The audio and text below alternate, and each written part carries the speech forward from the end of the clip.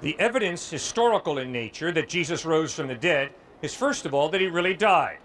As he's nailed to a wooden crossbeam, a Roman soldier takes a spear, jams it into the side of Christ, and an issue of watery serum flows out from the side of Christ. It's a medical sign of death. Massive clotting of the arteries, heart failure. The man is dead. Stone dead. His body is taken off the cross and put in a very well-known tomb, the tomb of Joseph of Arimathea, a ruler in that day. So this is not a covert operation. His dead body is put in a very well-known tomb. All his disciples disperse in disillusionment. They don't expect to see him risen from the dead. 3 days after he's put in that tomb, he appears risen from the dead to some grief-torn women. Women have no credibility in any law court in that day. Their testimony was thrown out. Horrible sexism and chauvinism. But the Gospels have the ring of authenticity as Christ first appears, risen from the dead, to some women. Then over a period of 40 days, he appears to over 500 people at different times in different places, risen from the dead. Peter, Andrew, Philip, Simon the Zealot, James son of Alphaeus, Bartholomew stood before Roman soldiers, and the Roman soldiers said, "Say Caesar is Lord and live, or else maintain that your Jesus is Lord, and we will kill you for it."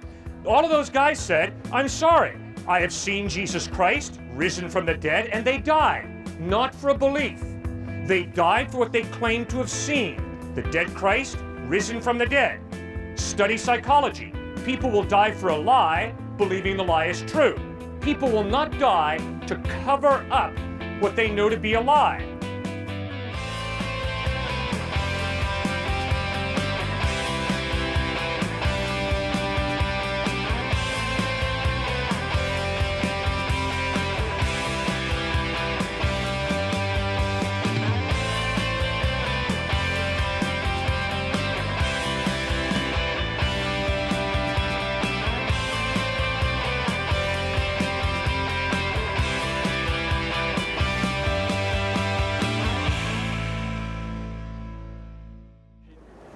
You're saying that you would need an intelligent designer. Well, God would then be an intelligent design in that aspect. There has to be an infinite regress. Who designed God? Nobody designed God. God is an eternal being without beginning, without end. There's no evidence of a God. Sure there is. Design points to a designer. Moral objectives, objective morals, moral absolutes point to a moral lawgiver. Morals are conventional. Social contract theory. I mean, they're conventional. Fine. Try and live it out, that morality is really relative, which means whatever your opinion is on murder, child abuse, and pedophilia, the opposite is equally valid. I don't think you can live that out. It is equally valid, but it's not accepted because of social contract theory. That's the whole thing behind it. It's not accepted by society, and we're raised around this. Not just in my lifetime, I'm only 21 years old. We're raised, the whole entire existence of the human morale has been raised around this. Well, I'm real glad that you weren't around at the Nuremberg trials, because the Nazi lawyers were brilliant. And the Nazi lawyers, representing the guys who had gassed Jews in Dachau and Auschwitz, said to the Allied judges, time out. All these officers, Nazi officers, did was to obey their culture, to carry out their orders. Who do you Allies think you are, coming from a different culture, from England and the United States, passing judgment on these Nazi Germans? Don't you understand? You come from a different culture. Your laws are irrelevant to Nazi Germany. And the Nuremberg trials shut down until Robert Jackson, the American counsel, stood up and said, there's a law above the law of culture, and according to this law, the gassing of Jews in Dachau and Auschwitz is absolutely wrong. And the Nuremberg trials kicked back in. Why? Because Robert Jackson appealed to a moral law that was not relative, not culturally determined, but comes from the character of God, which is just, and that's why the Allies condemned the Nazi officers to death for the evil of Dachau and Auschwitz. Well, why would you automatically jump to God, something being outside of this world, when you can look at a global culture? Commonly accepted morals are morals. Now, whenever people do deviate from this understood moral reasoning that we carry, just like the Nazis, they get reprimanded, just like the Allies reprimanded the Nazis, because that is not accepted as conventional morality, not in this global society, and it is a global society. And these morals came out of this global society. If you can't understand the point of the Nuremberg trials and Robert Jackson's point of appealing to a law above the law, and I can promise you, sir, he wasn't appealing to the United Nations or the League of Nations or some nebulous... Who was he appealing to, God? He was appealing to an intangible value of justice that the Nazis violated when they gassed Jews.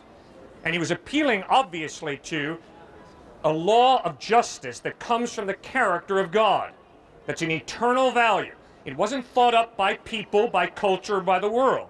I was raised Roman Catholic, so I'm aware of the stories. But just because it is written does not mean it is true. L. Ron Hubbard created the Church of Scientology. That is ridiculous. It's science fiction. It's an imaginary friend. Just because it's written does not mean it is true. Correct. Who wrote this? This was written 2,000 years ago. Okay, great question. A little less than 2,000 years ago, but still, right. How could we hold any validation by this text? You There's bet. a lot of text that has been thrown out, a lot of text that contradicts the text of the Bible. How could you just believe in it just because it's written? That doesn't. No. That's not a logical argument. Very good point.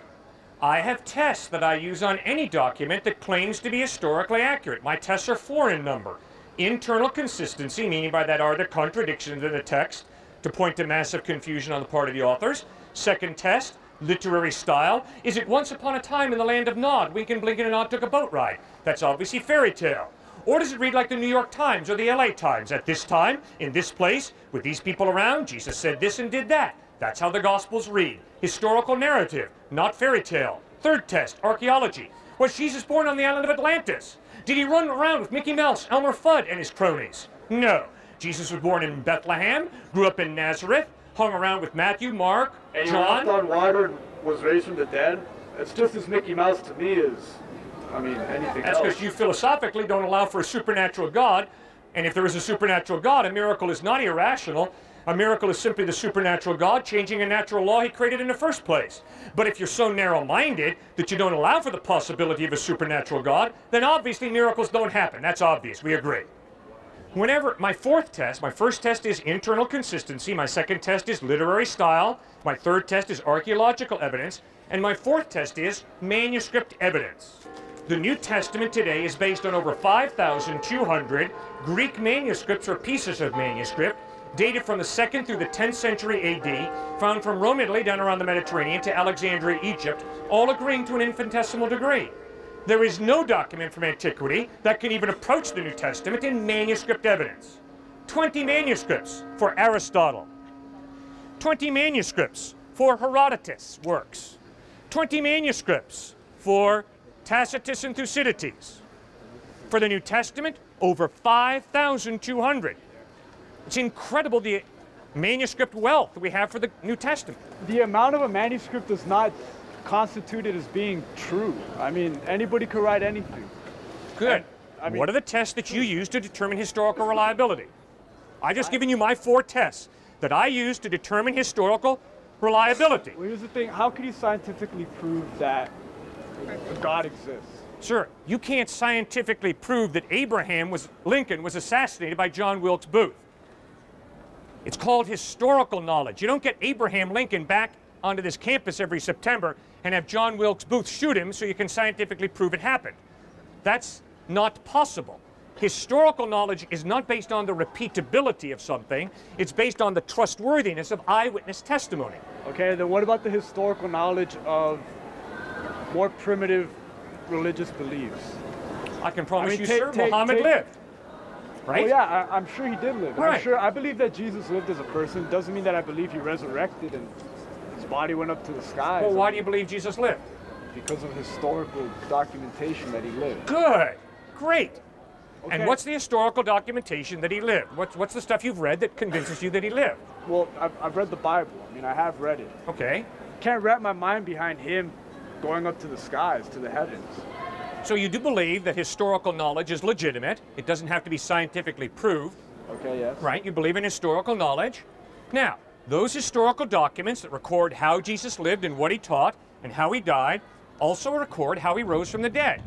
Why don't you believe that those same historical documents that record his life, teachings, and death are accurate when they talk about his resurrection? Why?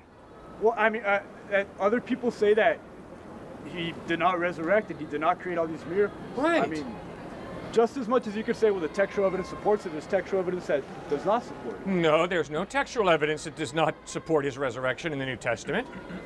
Not in the New Testament. Yeah, step outside of the Testament. Good. So what's the gospel? What's the document that you appeal to that gives solid evidence that Jesus did not rise from the dead? I mean, I can't bring up any particular text right now. That right. I cannot. Then I will concede that. But I know that there is textual evidence out there. Just because I can't say it right now, I wish I was more knowledgeable on the subject. But I know for a fact that there is.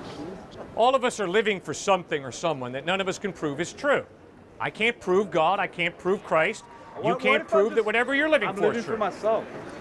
Yeah. Going about everyday life. Fine. So please prove to me that the ultimate purpose of life is to live for yourself.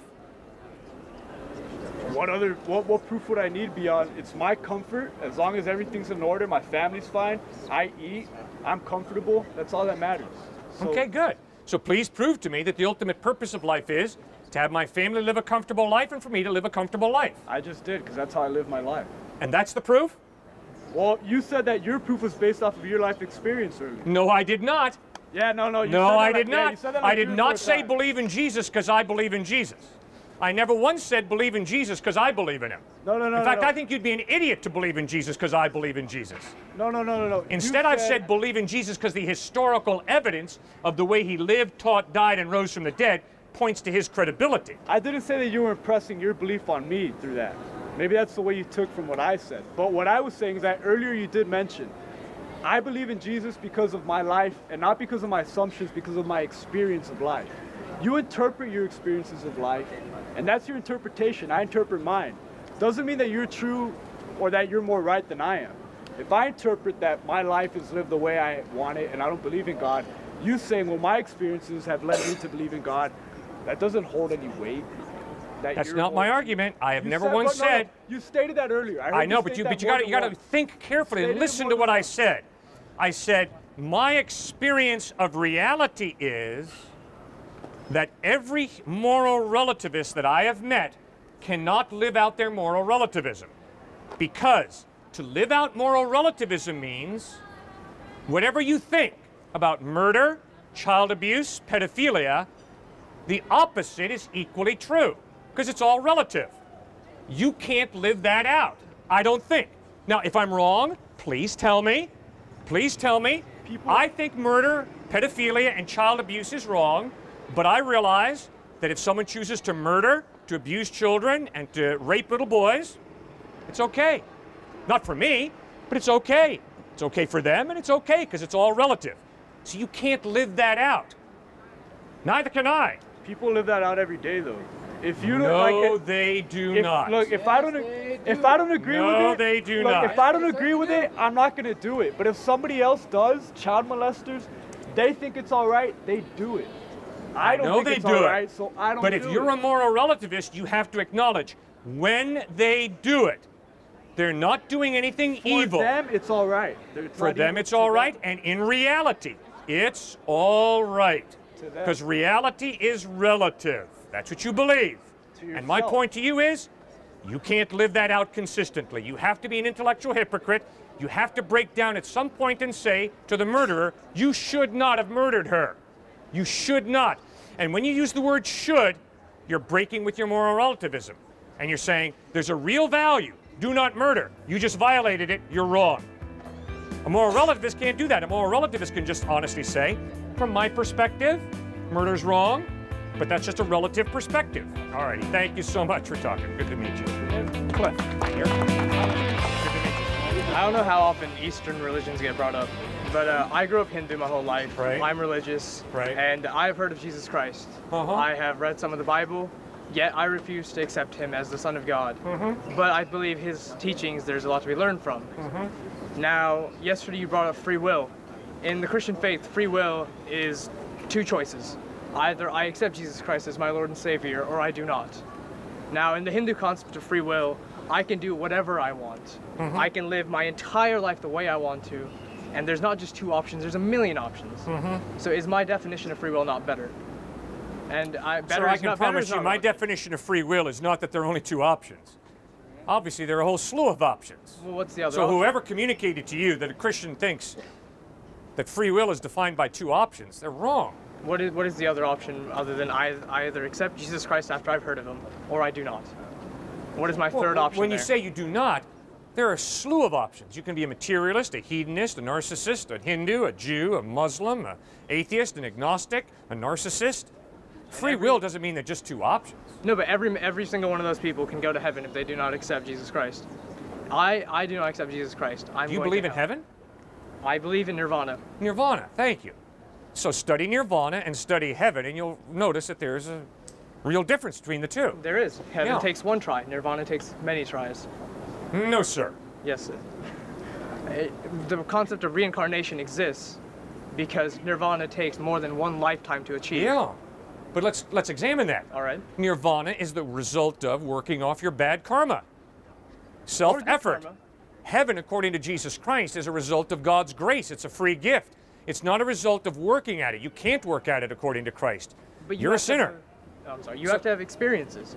In Hinduism, we believe in reincarnation. I was born a Brahmin. That is the highest caste.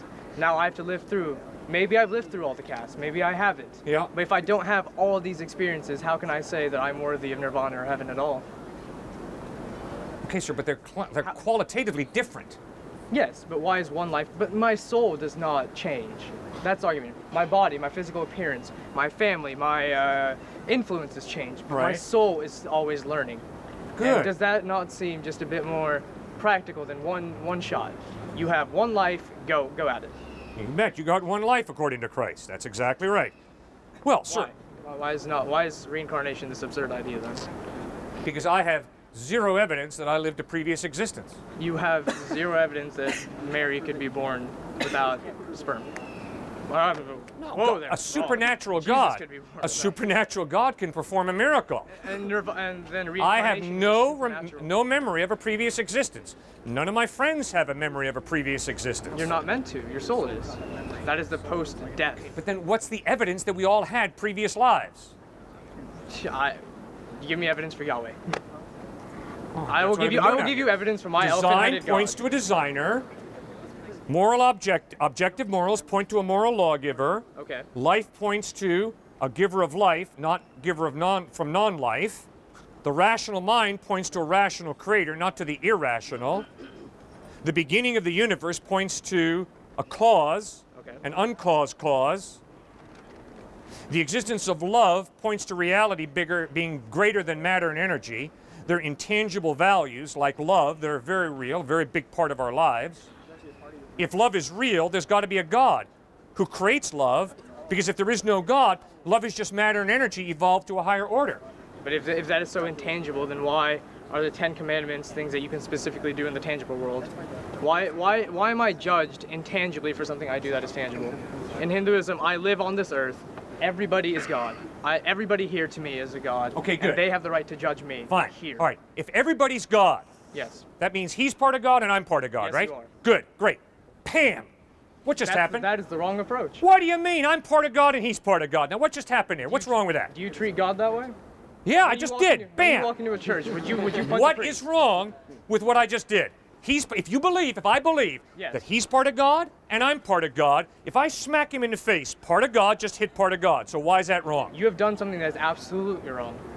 You are not part of God. How can that be absolutely wrong if what you say is true, that I'm part of God? If I'm part of God and he's part of God and I smack him in the face, that's part of God hitting part of God. So why is that wrong? Would you hit everybody? If you want me to, sure. Bam, bam, bam. I'll go around hitting everybody. And you're well on your way to nirvana. Because that's the point. No, but you said I'm part of God. Yes, you are. All right, if I'm part of God, you have to discover the self. Then what is wrong with me hitting him? Nothing, as long as you hit everybody else. Thank you. Absolutely. That is why I don't buy your worldview. Because your worldview wipes out the basis for an understanding of justice. No, society creates justice, but okay. All right, society does. Fine, it's all relative then. Okay. But you see, one of the reasons that I am a follower of Jesus Christ and not a follower of the avatars is because of justice.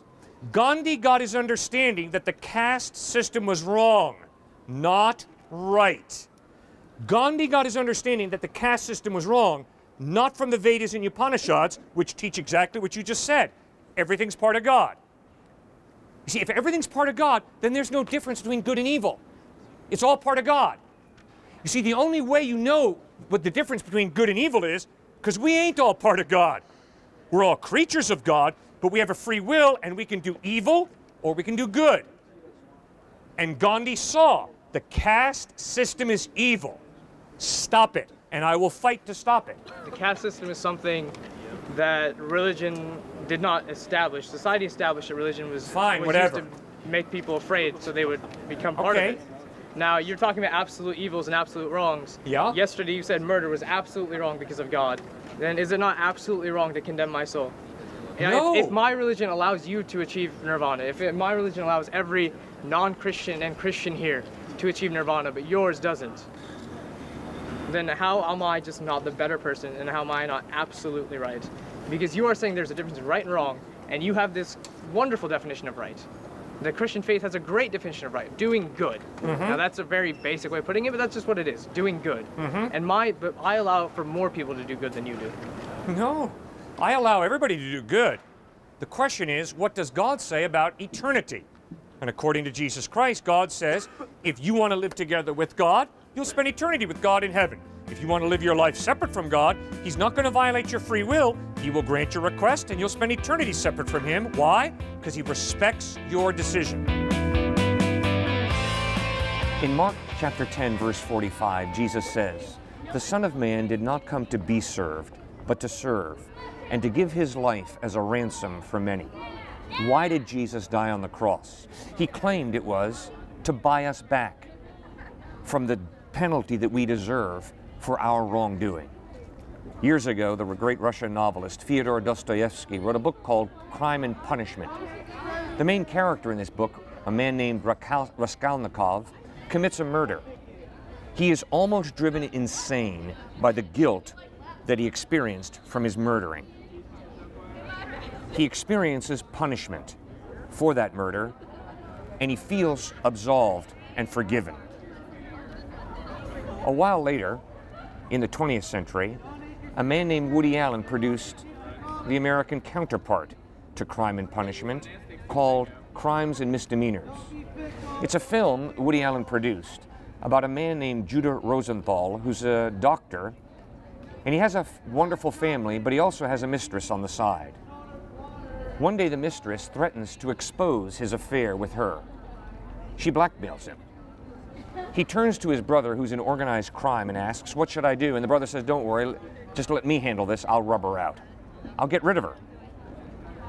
Judah Rosenthal is torn between justice and injustice, between doing the right thing and doing the wrong thing. He thinks about the Nazis and what they did to Jewish people. But he continues to struggle, and he begins to realize, I don't know that I really want to confess what I've done to my wife. A Jewish rabbi says, confess, ask for forgiveness, and you will be forgiven. But Judah Rosenthal doesn't want to. Instead, he says to his brother, go ahead and wipe her out. She's murdered, but Judah Rosenthal has to go back to her apartment to recover some of his personal belongings. He has to step over her body, complete with the death stare on her face.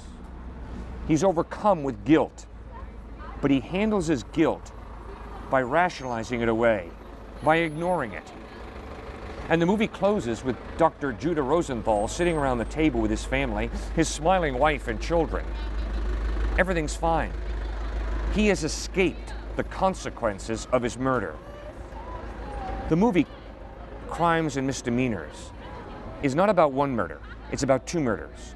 The murder of Rosenthal's mistress and the murder of his conscience. Jesus Christ insisted that you better be able to tell the difference between justice and injustice. You better be able to tell the difference between Nazism and the Golden Rule, between love and hate, between revenge and forgiveness, between lying and being a person of integrity.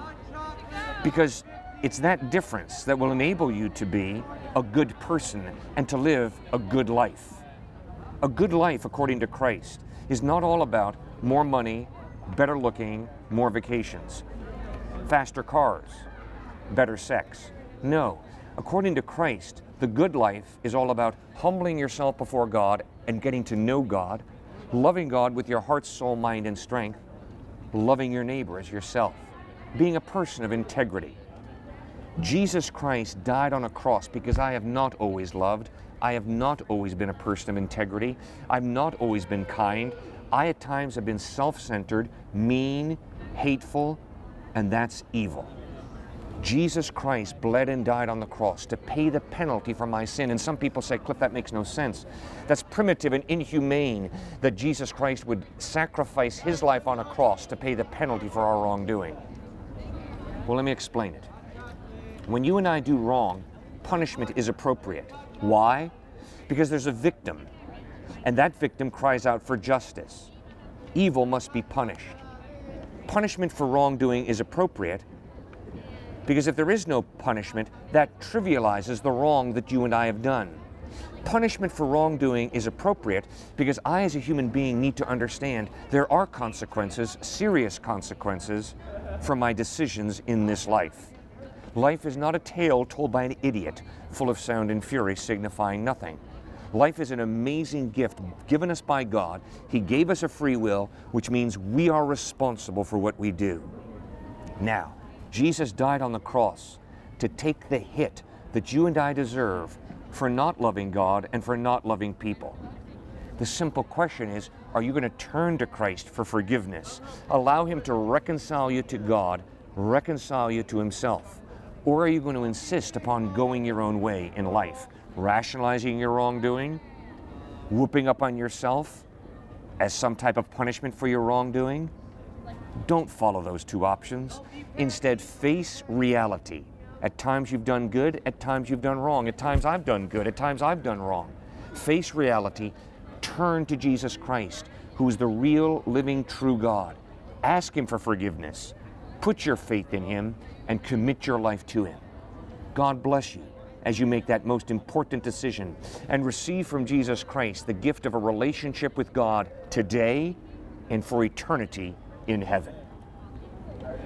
I'm the pastor of Grace Community Church. We meet every Sunday morning at 9:30 at Sachs Middle School in New Canaan, Connecticut. Take the Merritt Parkway to exit 37, go to the end of the ramp, take a left onto Route 124, go approximately 1 mile, and take a right into Sachs Middle School. I'd love to personally invite you to join us this Sunday, 9:30, Sachs Middle School, New Canaan, Connecticut. Thanks for joining us for these few minutes. Have a great day.